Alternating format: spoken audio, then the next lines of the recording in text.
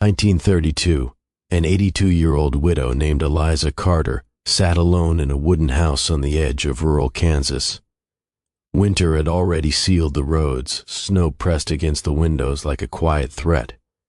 And inside her kitchen, there was almost nothing left.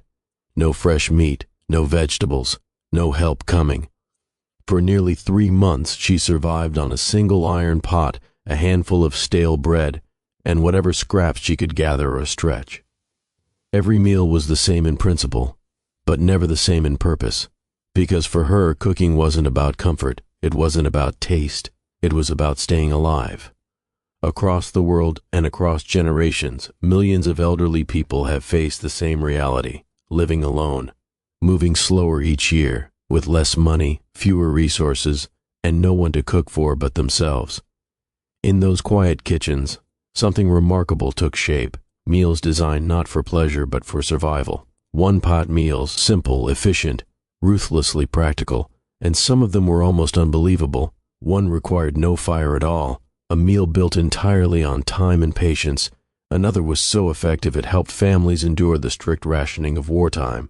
And one, perhaps the most humbling of all, was made entirely from scraps most people would throw away without a second thought. These weren't recipes passed down in cookbooks. They were lifelines, and behind each one is a story of quiet struggle, resilience, and dignity in the face of almost nothing. Before modern pensions, food assistance programs, or reliable community care systems, aging often meant one thing: gradual isolation from the systems that once supported daily life. In the late 19th and early 20th centuries, especially in rural towns and working-class neighborhoods, it was common for elderly people to live alone after their children moved away in search of work. There were no guaranteed safety nets, no regular deliveries, no structured support for daily meals. As strength faded, so did access. Walking to markets became difficult. Carrying groceries became impossible. Income, if it existed at all, was small and unpredictable. And so many older individuals learned to adapt in the most practical way they could, by transforming whatever was available into something edible, filling, and lasting. In this world, cooking was never about creativity or enjoyment. It wasn't a hobby passed down through glossy recipe books or television shows. It was a daily calculation of survival, how to make one pot of food last as long as possible, how to stretch a handful of ingredients across several meals, how to extract warmth and energy from almost nothing. This is where forgotten knowledge begins to take shape. Not grand culinary traditions, but small, quiet techniques. Boiling scraps instead of discarding them, reusing broths, thickening water with grains, or relying on fats and starches to create false fullness. Skills passed from one generation to another, often verbally, often casually, and now fading as convenience replaces necessity. There is a quiet tension in that shift. Today, food is abundant in many parts of the world. Refrigerators are full, delivery is instant, choices are endless. Yet with all this abundance, the kind of resilience once common in everyday life is becoming rare. And that is why these meals matter. Because they are not just recipes from the past. These aren't just meals, they're survival strategies. 25. Bread soup, stale bread revival. In countless European homes during the early 1900s, especially among the elderly living alone, stale bread was never thrown away. Instead, it became the foundation of one of the simplest survival meals: bread soup. The process was almost painfully basic. Day-old or rock-hard bread was torn into a single pot, then covered with boiling water or weak broth, sometimes a pinch of salt. If luck allowed, a small piece of fat or onion would be added. The bread softened slowly, dissolving into a thick, porridge-like consistency. For an elderly person living alone, this meal meant everything. It required no teeth-friendly chewing, no expensive ingredients, and no waste. It transformed what others would discard into something warm and filling. It wasn't elegant. It wasn't meant to be. But in the silence of a cold kitchen, it gave the one thing that mattered most: fullness. 24. Onion water stew sounds almost like a mistake, but in many poor households during the Great Depression and post-war Europe, it was survival in its purest form. A single onion was sliced thin and boiled slowly in water, sometimes with a pinch of salt or leftover fat if available. As it cooked, The water absorbed the onion's flavor, turning into a light, fragrant broth.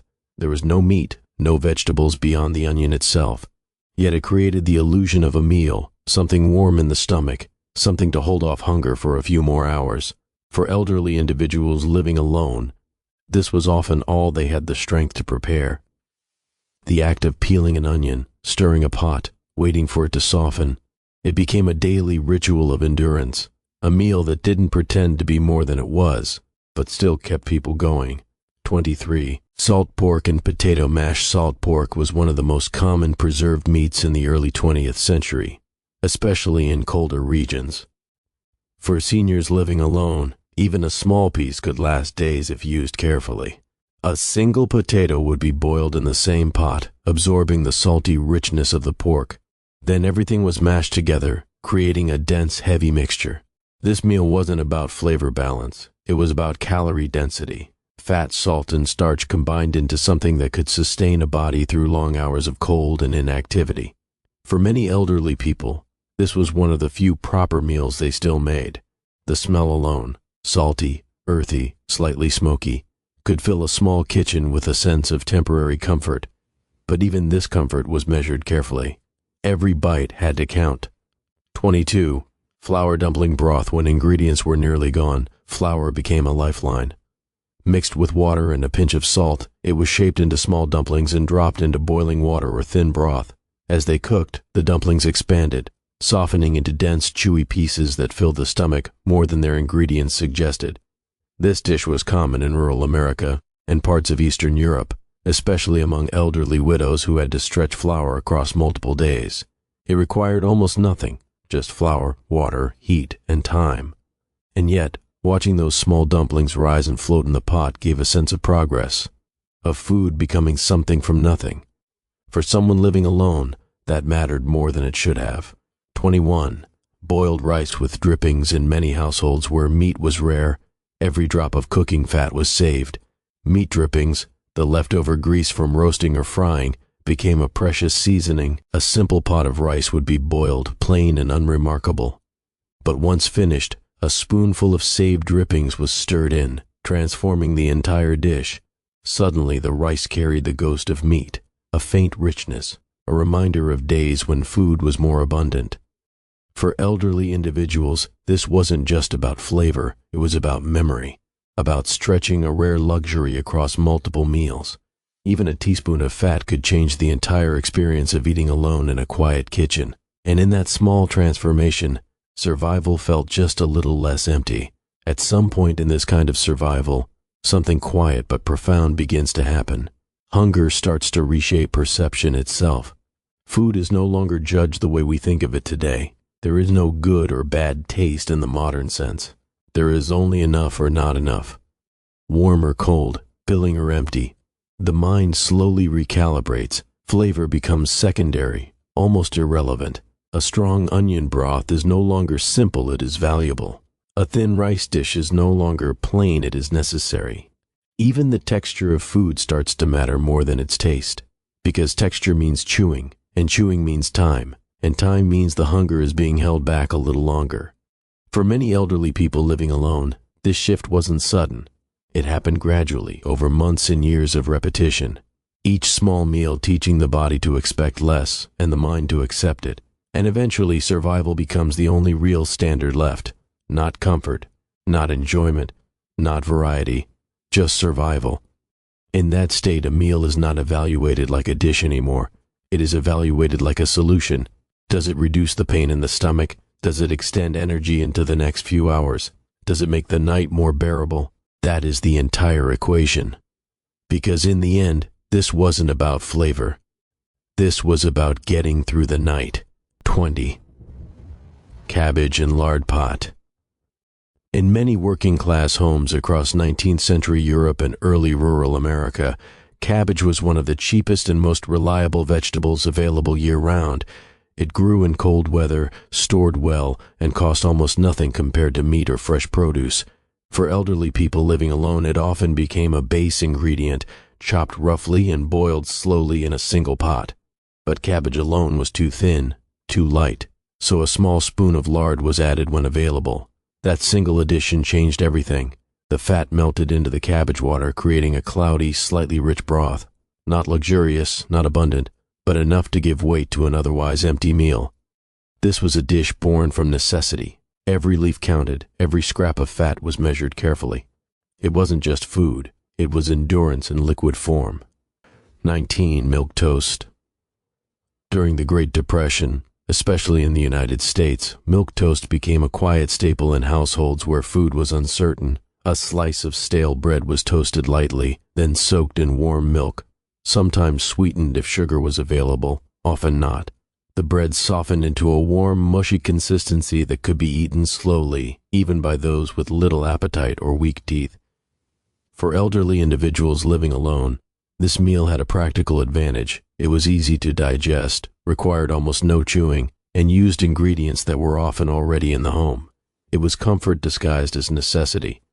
A soft, almost childlike meal for adults trying to survive on shrinking resources. In many ways, it represented the intersection of poverty and care. Simple food that quietly kept people alive when nothing else was available. 18. Bean water soup. When dried beans were boiled, nothing was wasted, not even the water they cooked in. That cloudy liquid, rich with starch and faint flavor, became the base for bean water soup. Sometimes a few beans were left in, sometimes a piece of onion or salt was added, but often it was just the water itself, reheated and consumed as a thin broth. It may sound insignificant today, but in many rural homes, especially among older people living alone, this was a strategic meal. Beans were cooked in bulk when available, and their water stretched those calories further across multiple days. It was efficiency at its most basic level, extracting value from every part of an ingredient. Nothing discarded, everything reused, even the water held nourishment. 17. Cornmeal mush. Cornmeal mush, known in various forms across North America and parts of Europe, was one of the most reliable survival foods for people with almost nothing. Cornmeal was stirred into boiling water and cooked slowly until it thickened into a dense, porridge-like consistency. Once cooled, it could be sliced, fried, or eaten soft from the pot. For elderly individuals, especially those living alone, it was ideal. Cheap, filling, long-lasting, a single pot could provide multiple meals across a day or more. It didn't spoil quickly, and it didn't require refrigeration, but perhaps its greatest value was predictability. No surprises, no waste, just steady nourishment. In a world of uncertainty, that mattered more than taste. Potato peel stew. Perhaps one of the most telling examples of survival cooking comes from potato peel stew, a dish born not from the potato itself, but from what most people throw away. Peels were carefully collected, washed and boiled in water with salt, and sometimes a bit of onion or fat if available. The result was thin, slightly bitter, but still edible. In wartime Europe and among impoverished elderly populations, nothing was discarded if it could provide even a fraction of energy. This dish represents the extreme edge of resourcefulness where even waste becomes food. For someone living alone, it was not a question of preference, it was a question of necessity, and in that necessity, even the discarded skin of a potato could become a meal worth having. 15. One egg drop soup. In many small households where eggs were rare but not impossible to afford, one egg could become an entire meal if used carefully. The technique was simple. Water was brought to a gentle boil, and a single beaten egg was slowly drizzled in while stirring. It created soft ribbons of cooked egg floating in a thin broth, fragile, delicate, almost cloud-like. For an elderly person living alone, this was often one of the few meals that felt slightly complete. Protein in its most minimal form, warmth in a bowl, something that didn't feel entirely like scarcity. But even here, restraint was key. One egg had to last. There was no second serving waiting in the kitchen. Just that one moment of nourishment, stretched as far as possible. 14. Wild greens boil. When money ran out completely, many elderly people turned to what could be gathered nearby. Wild greens growing along fences, fields, or riverbanks. Dandelion leaves, nettles, and other hardy plants became survival ingredients. These greens were boiled in water, sometimes with a pinch of salt to soften their bitterness. The taste was harsh, earthy, sometimes unpleasant, but it was food that required no purchase, only knowledge, knowing what could be safely eaten and what could not. For older individuals living alone, this meal carried a quiet dignity. It was not dependency on markets, but adaptation to the land itself. Still, every bowl was a reminder. Survival had narrowed the world down to what could be found within walking distance. 13. Bone broth stretch pot bones were never thrown away in struggling households.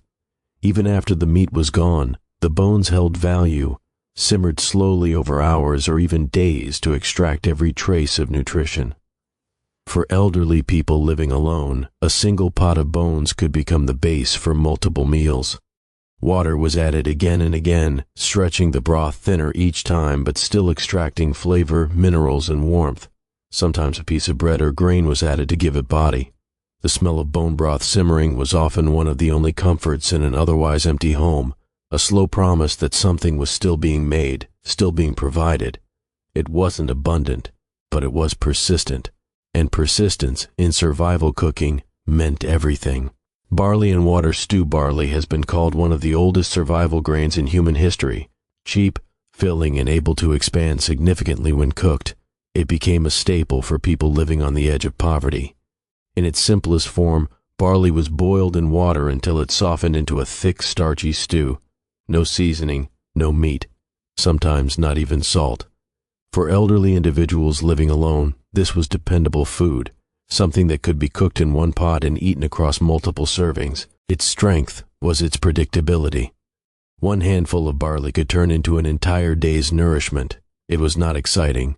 It was not memorable in taste, but it was steady, and steady food is what kept people alive. 11. Leftover scrap hash. Scrap hash was never a planned dish. It was an accumulation of survival. Small pieces of leftover potato, a few onion scraps, maybe a crust of bread, or a fragment of meat if available. Everything was chopped and thrown into a single pan or pot, then cooked together until it formed a rough, uneven mixture. There was no recipe, only necessity. For elderly people living alone, this dish represented adaptation at its most honest level. Nothing wasted, nothing ignored. Every fragment of food from the previous days came back together in one final effort to become a meal. The texture was unpredictable. The flavor depended entirely on chance. But it was warm, it was filling, and it was made from what would otherwise have been nothing. In isolation, even scraps became a kind of inventory, a quiet reminder that survival often depends on what others overlook. There's a point in long-term survival like this where the struggle is no longer just about food. It becomes about routine, about repetition, about the quiet structure of days that no longer change in meaningful ways. For many elderly people living alone, meals stop being shared moments and become private rituals. There is no conversation across the table, no one asking how the food tastes, no one waiting for a second serving, just silence, a single pot on a stove, a single bowl, a single chair pulled close to a table that doesn't need to be large anymore. And over time, that silence becomes normal, not comforting, just familiar. The sound of boiling water replaces human voices. The rhythm of stirring replaces interaction.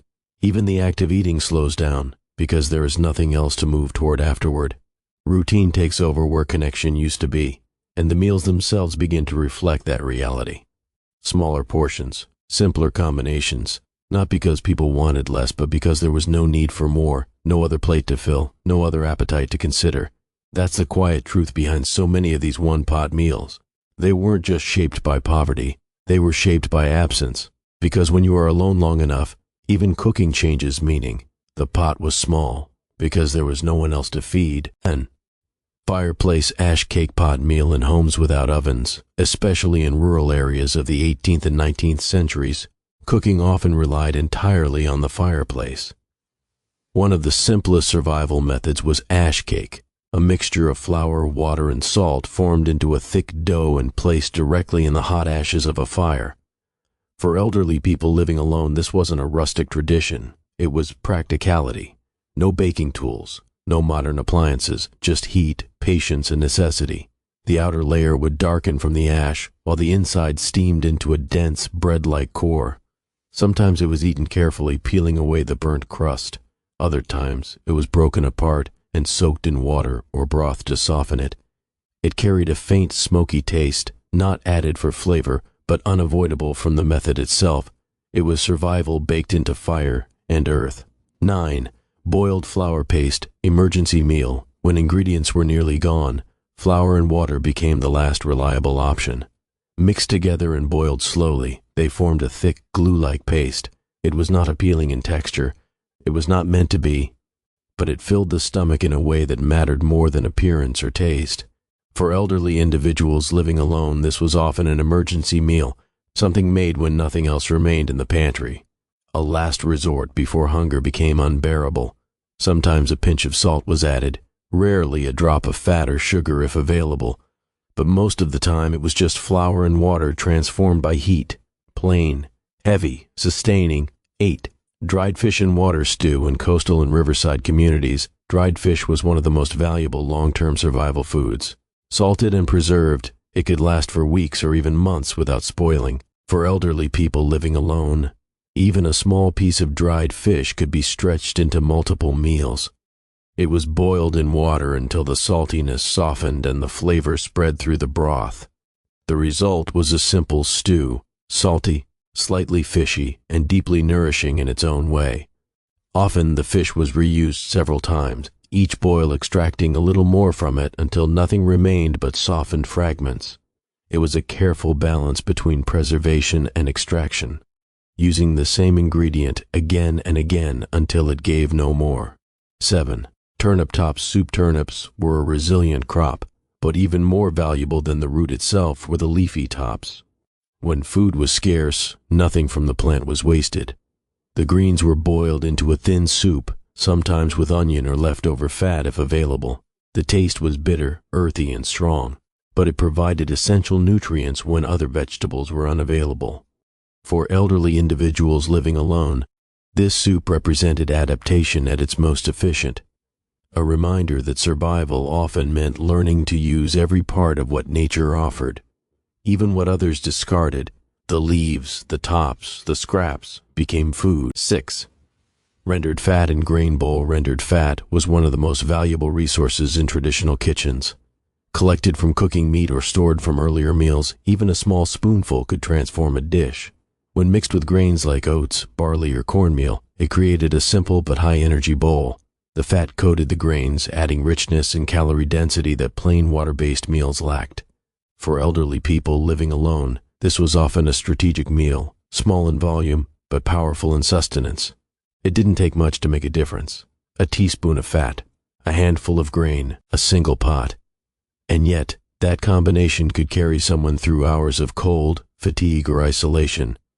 It was efficiency turned into nourishment, a reminder that sometimes survival depends not on abundance, but on how little can still be made enough. There's a thin line in all of this, one that becomes harder to see the longer you look at it. At what point does desperation stop being just survival and start becoming ingenuity? Because when you trace these meals back to their origins, something surprising emerges. These weren't random acts of poverty. They were systems of adaptation, carefully developed responses to scarcity, repeated across generations until they became normal. Flour turned into paste because nothing else existed. Bones were stretched for days because they had to be. Fat was saved not out of habit, but out of understanding that nothing in a household could be wasted. And over time, those decisions stop looking like failure. They start looking like intelligence. A kind of intelligence built under pressure, not measured in luxury or abundance, but in endurance, in the ability to take almost nothing and extend it just enough to survive another day. That's what makes this history uncomfortable to look at sometimes. Because from a modern perspective, these meals can appear like symbols of poverty, proof of lack, proof of struggle. But from the perspective of those who lived it, they were proof of control, of problem solving, of refusing to let scarcity fully win. What looks like poverty today was once intelligence. 5. Wartime ration stew. During the World Wars, especially across Europe in the 1940s, food was no longer just expensive. It was strictly controlled. Families received ration cards, limiting exactly how much flour, meat, sugar, and fat they could access each week. For elderly people living alone, these rations had to be stretched with extreme care. One of the most common solutions was a simple stew, a small portion of meat, or sometimes none at all, combined with potatoes, onions, and whatever vegetables were available. Everything went into a single pot. Nothing was wasted. Nothing was optional. The stew changed depending on the week's ration, but its purpose never changed: to convert scarcity into continuity. It was not a meal of comfort. It was a meal of structure designed to carry the body through uncertain days. Each spoonful represented careful planning against shortage.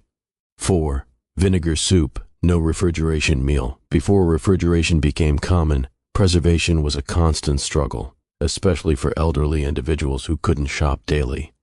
Vinegar soup emerged as a practical solution in several European traditions. Water was brought to a boil and mixed with vinegar, salt, and sometimes a bit of bread or onion if available. The acidity helped preserve flavor impressions and gave the illusion of freshness. It was sharp, thin, unforgiving at times. But it had one critical advantage: it didn't spoil easily, and it required almost nothing to prepare.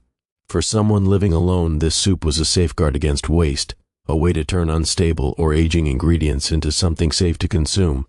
It was survival shaped by chemistry as much as cooking. 3. Forage mushroom pot in forests across Eastern Europe and parts of Asia. Foraging was often a necessity, not a hobby. Mushrooms became one of the most important wild foods, but also one of the most dangerous. Elderly individuals who relied on foraging had to learn carefully which mushrooms were safe and which were not. One mistake could be fatal. When collected, mushrooms were typically boiled in a single pot with water, sometimes salted, sometimes mixed with herbs or wild greens. The result was a deeply earthy broth, rich in flavor but unpredictable in safety depending on knowledge and experience. This meal represented both opportunity and risk. The forest could provide food, or it could take everything away. And yet, for many living alone, it was still a necessary gamble. 2.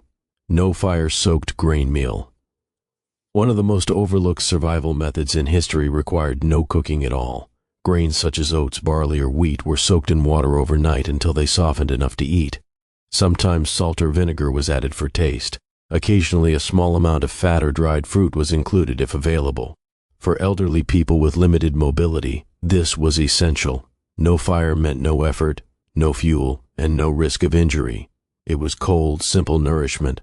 Quiet food for quiet days. There was no warmth in the pot, but there was sustenance in the grain.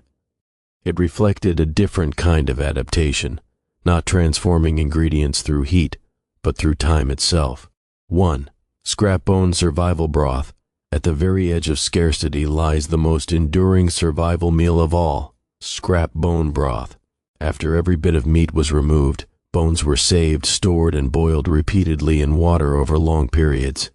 Each cycle extracted minerals, flavor, and whatever remaining nourishment could be drawn out. Sometimes bones were reused for days. Water was added again and again, thinning the broth, but never removing its purpose. For elderly individuals living alone, this was often the final foundation of survival cooking. A single pot that could stretch across multiple days, even weeks, depending on how carefully it was managed. It was not rich, it was not abundant, but it was persistent. And persistence, more than anything else, is what kept people alive when everything